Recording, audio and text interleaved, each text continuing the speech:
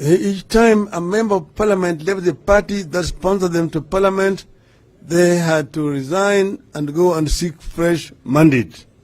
That was the rule.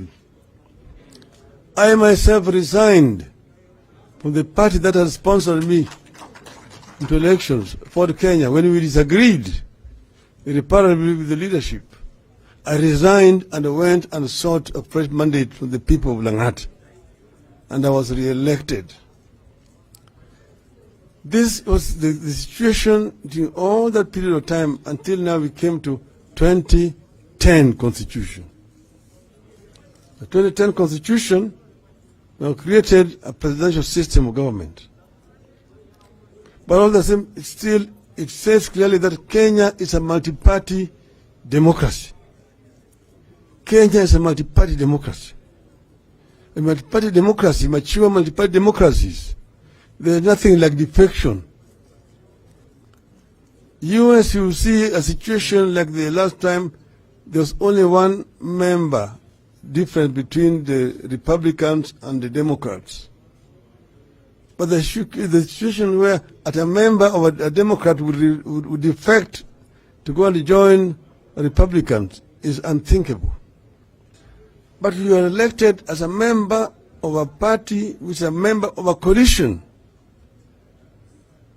A member of a party which is a member of the coalition, the party should not actually resign, it should not leave the coalition.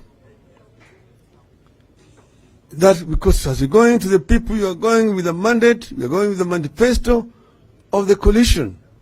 And you are being elected on the basis of the manifesto of that party. This is very cheap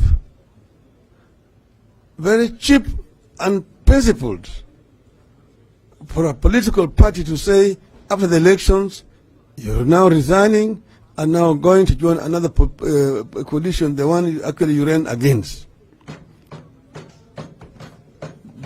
That is political prostitution.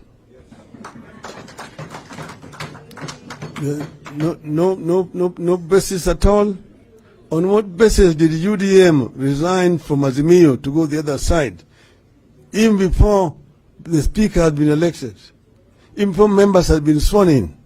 What was it that was now more attractive in Kenya Kwanza than in Azimio? Merely because of political expediency. Political prostitution is something that must stand condemned by all civilized Kenyans. These members who have defected from Azimio coalition need to resign their positions and go.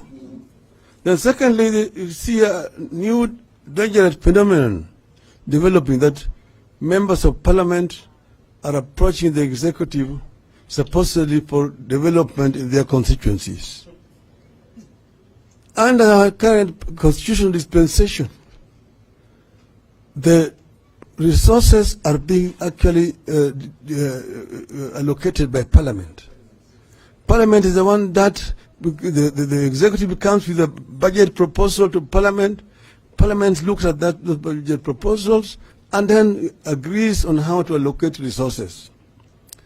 So the days when members of Parliament used to go and see Mtukufu Rais Nyayo, ati ulituahidia sisi utaleta mradi ya maji hapa, utajenga low cost housing hii hapa, barabara hii itatengenezwa, kwenda piga magoti chini kwa rais alete maendeleo, imekwisha. That era is gone. You don't need. If you want to go and see Mr. President as a person of prayer in State House, go. But if you want to go and talk about issues that affect the party, then you must give him permission by the party before you go to see the president. What you see, these people must be seen for what they are, traitors in the cause of a revolution.